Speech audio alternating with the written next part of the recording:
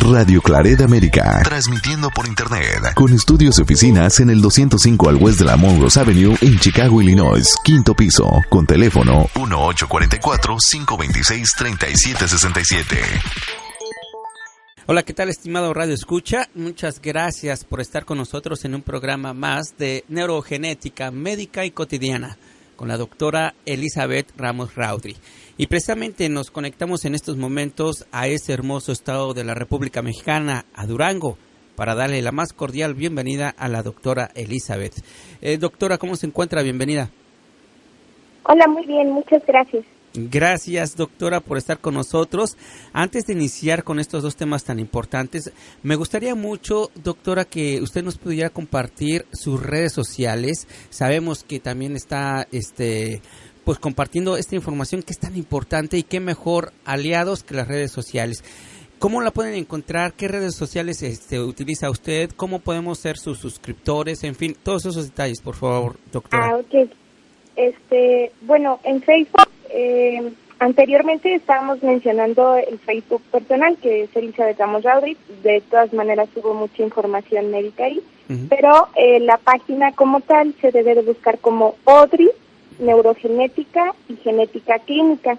Igual en YouTube tenemos un canal que nos permite transmitirles videos, y también se llama ODRI, Neurogenética y Genética Clínica. En Instagram nos pueden encontrar como ODRI Gen, y principalmente, bueno, esas serían las principales redes. En Twitter también estamos como ODRI Gen, y próximamente ya tendremos a disposición nuestra página web para que puedan contactarnos y bajar algún material en específico. Mientras, si requieren algún material, algún artículo, con mucho gusto se los proporcionamos. Mi correo es poetas.odry@hotmail.com. Así es. Me hacen llegar un correo y con todo gusto les hago llegar el material. Muy bien, me parece muy bien. Y a usted, estimado Radio Escucha, ODRI es O de Oscar, D de David, R de Raúl, Y, ODRI. Así es como la mayor parte de las redes sociales puede encontrar usted a la doctora Elizabeth. Y su correo electrónico, poetas, que es en plural, poetas.odri@hotmail.com. Muy bien, doctora, pues vamos a iniciar con estos temas porque son muy importantes, y el tema número 1 son las condiciones genéticas que simulan parálisis cerebral infantil. ¿Cómo nos puede explicar esto, doctora, por favor? Bueno, yo creo que el término de parálisis cerebral infantil lo hemos oído toda la población, o que dicen PCI por su abreviación, pero se utiliza como un sinónimo de daño cerebral. Entonces, a partir de ahí, damos por hecho que es algo que es permanente, que no es progresivo, y que pasó por algo que se podía evitar. Entonces, lamentablemente, incluso a nivel médico, se quedan con este diagnóstico. Y bueno, la nueva bibliografía y las referencias de la medicina basada en evidencias nos hace mención en que ningún médico, médico general, pediatra, neurólogo, ningún médico debe de quedarse con el término de parálisis cerebral infantil como un diagnóstico. Es decir, porque solo te está describiendo la condición del paciente, que generalmente va a tener problemas en lo motriz y va a tener compromiso pues de la postura, que no va a ser progresivo, pero no te dice realmente una causa, y al no saber la causa, pues no puedes ofrecerle un pronóstico, un tratamiento adecuado. Entonces, es muy importante recordar que muchas condiciones genéticas te van a simular una parálisis cerebral infantil, y que muchas de estas causas tienen tratamiento específico que puede cambiar la calidad de vida del paciente si se administra el tratamiento adecuado. Entonces es súper importante que cualquier persona que tenga algún familiar que le hayan diagnosticado parálisis cerebral infantil busque atención médica especializada por un neurólogo, por un neurogenetista, incluso por su pediatra, pero que no se quede con ese diagnóstico, que pregunte por qué, o sea, qué realmente pasó, porque muchas de las veces esto va a llevar incluso sentimientos de culpa, porque se ve como un daño cerebral, complicación generalmente en la etapa perinatal, es decir, al momento del nacimiento no recibió oxígeno suficiente y por eso está así esa persona. Y si nosotros nos quedamos con ese diagnóstico, es más descriptivo pues de la situación motora que está teniendo. Si nosotros nos quedamos con eso, hay muchas cosas que se pueden complicar y que podríamos prevenir y no lo estamos haciendo. Hay un sentimiento de culpa o de resentimiento porque en muchas de las ocasiones se piensa que fue el equipo médico que no actuó adecuadamente y que por una serie de circunstancias aquel bebé tiene esta lesión. Y muchas de las veces esto era una condición genética que le predispuso a tragar líquido amniótico al momento del nacimiento o le predispuso a otras situaciones, pero se puede tener modificación. Esto es muy importante porque incluso con la imagen cerebral se pueden encontrar cambios hasta en el 80% de los casos. Y estos cambios no necesariamente correlacionan con una lesión por falta de oxígeno, como generalmente lo atribuyen. Incluso hay malformaciones cerebrales que no se pudieron originar en ese momento, es decir, que ese cerebro ya venía con una alteración. Y esto realmente es importante también para futuros hijos de la pareja.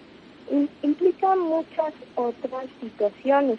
Entonces, además de las causas genéticas, hay otras causas que pueden dar este tipo de complicaciones y que tienen que ser estudiadas. Entonces, es muy importante mencionar este tema para que tanto la población general como la población médica no se quede conforme con ese diagnóstico. Es decir, si yo tengo un sobrino, algún hijo o alguien que tiene este diagnóstico, yo debo de ir más allá. Bueno, ¿y por qué lo tiene? Y realmente checar que correlacionen esos datos, porque quizá haya algún tratamiento que cambiaría la situación de este paciente y yo no se lo estoy brindando, pues porque me quedo conforme con ese diagnóstico. Entonces sí es bastante relevante esta situación. Ahora, hay veces que se utiliza un término que es idiopático, es decir, cuando no sabes por qué pasa algo y se da por hecho que ya no hay más forma de investigar.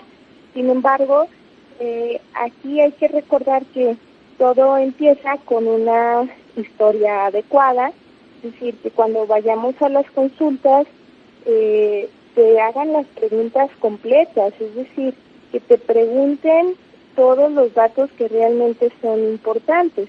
No nada más basta la exploración y además que la exploración sea muy detallada.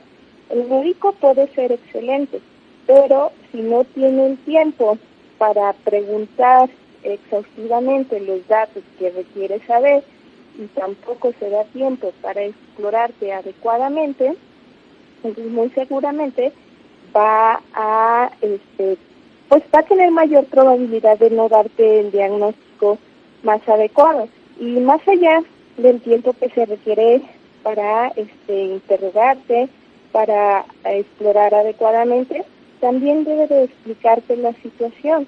Y esto es muy importante, porque muchas de las veces los padres se quedan con muchas dudas y no preguntan, o preguntan y el especialista que los está viendo no es tan paciente y no les brinda la información y ellos se quedan conformes. Entonces, si tú no sabes exactamente cuál es la causa y por qué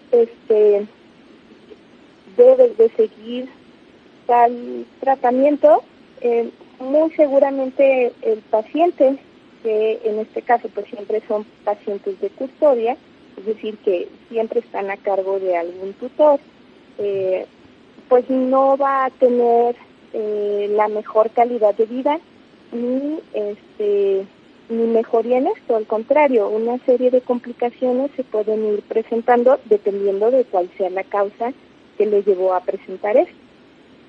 Pues muy interesante, doctora. Usted mencionó en un principio algo muy importante y que me llamó mucho la atención. Me dijo que usted a lo mejor podríamos nosotros evitar esta parálisis cerebral infantil. ¿Cómo podemos nosotros evitarlo? Bueno, hay diferentes trastornos neurogenéticos, entre ellos algunos son metabólicos y tienen tratamiento dependiendo de cuál sea, de cuál sea la causa, es el tratamiento. Hay un trastorno que simula una parálisis cerebral infantil y el tratamiento es con levodopa, el que le dan a los pacientes con Parkinson. Sí. Entonces, y con esto el paciente mejora el 90% de los casos. Se llama, es una de las tantas enfermedades que pueden confundirse con esto, pero se llama enfermedad o síndrome de Segawa. Y este síndrome, el paciente se va deteriorando poco a poco. La definición de parálisis cerebral infantil es que no es progresiva, pero a veces hay síndromes genéticos que van a ser tan lentamente progresivos que en un principio se deja esa definición. Y me ha tocado ver algunos casos de estos pacientes, porque tampoco es tan frecuente, pero niños de 13 años en silla de ruedas, en silla de ruedas con discapacidades importantes que mejoran el 90% con estos tratamientos. Y es un tratamiento que está accesible. Obviamente, ese tratamiento no es para todos, es solo para este tipo de padecimiento. Entonces, dependiendo de la causa, va a ser el tratamiento. Pues muy interesante lo que nos entrega la doctora. Vamos con un siguiente tema, doctora, que estoy seguro que también la gente le va a interesar mucho, tanto o más que el primero. Y el segundo tema es genética de la depresión. Doctora, coméntenos sobre este tema, por favor. Bueno, primero me gustaría mucho hacer énfasis en la detección oportuna de la depresión. Muchas de las veces esperamos ver a la persona triste y entonces ya cuando la vemos triste decimos, bueno, entonces sí tiene depresión, pero no siempre va a ser así y esto es relevante porque muchas de las veces ni siquiera la persona que está presentando la depresión sabe que está deprimida. Entonces, dentro de los datos que podemos mencionar, que serían relevantes, sería irritabilidad. Ese es muy importante. A veces la persona o el niño simplemente está irritable y pues no consideramos que esté deprimido. También pues la desmotivación es así, solemos asociarla un poco más a la depresión.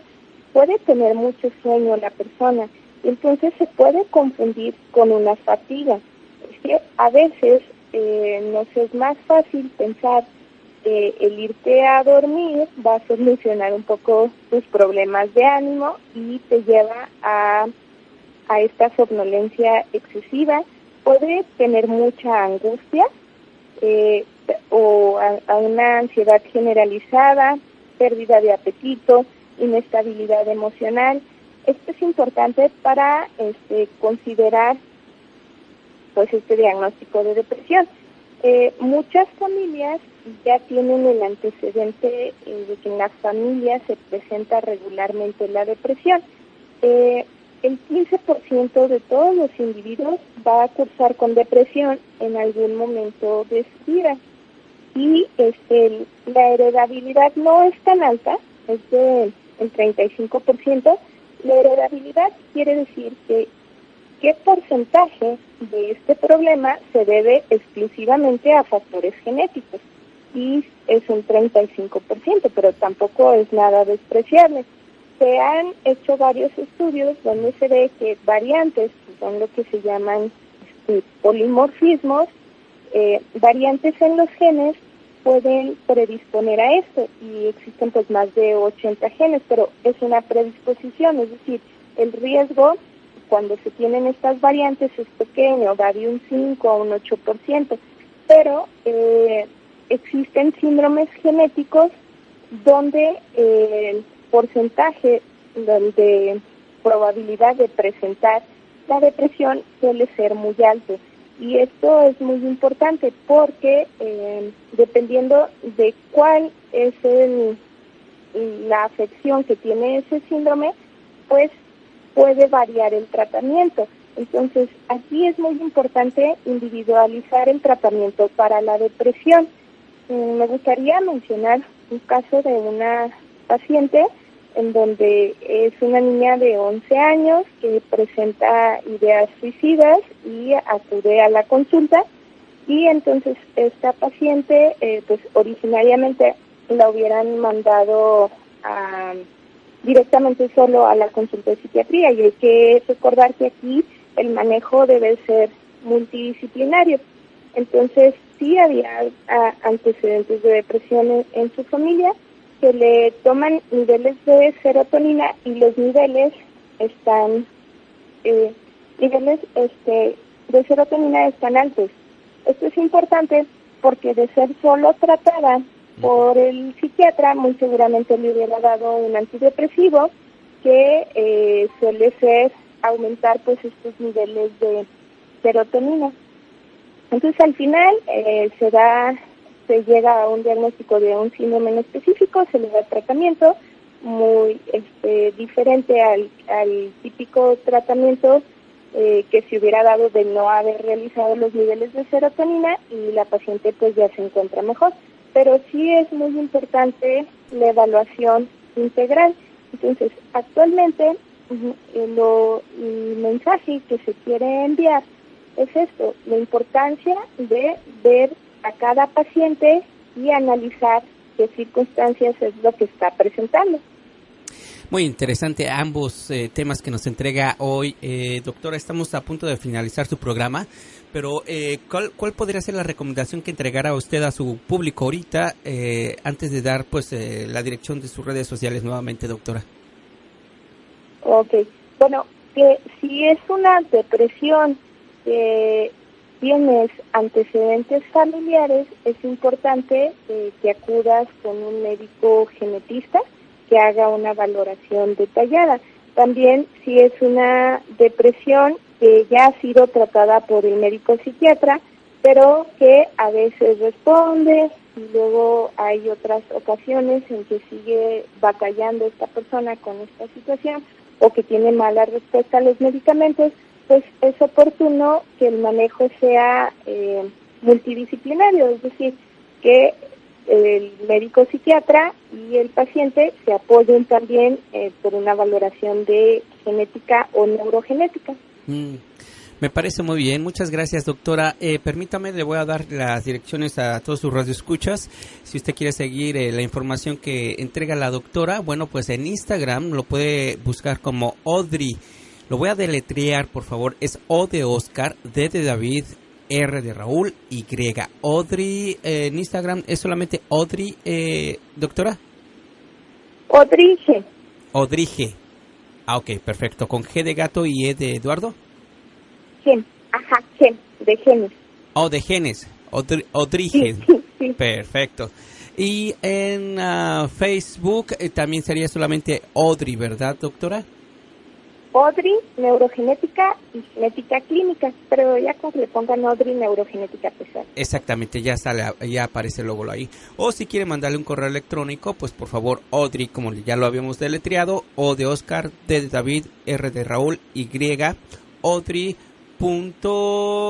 ¿Qué es, doctora? El correo @hotmail.com. Ah, sí, pero es ODRI. Ah, no, es que es poetas, ¿verdad? Primero. poetas.odri@hotmail.com. Exactamente. Pues ahí quedó las direcciones sociales de la doctora Elizabeth. Doctora, pues muchas gracias. Gracias por su participación el día de hoy. Gracias. Y a usted, estimado Radio Escucha, muchas gracias por su amable sintonía. Esperamos contar con la misma la próxima semana en un programa más de Neurogenética Médica y Cotidiana con la doctora Elizabeth Ramos Raudri. Por lo pronto, le mandamos un fuerte abrazo. Cuídese mucho. Hasta la próxima. Radio Clareda América.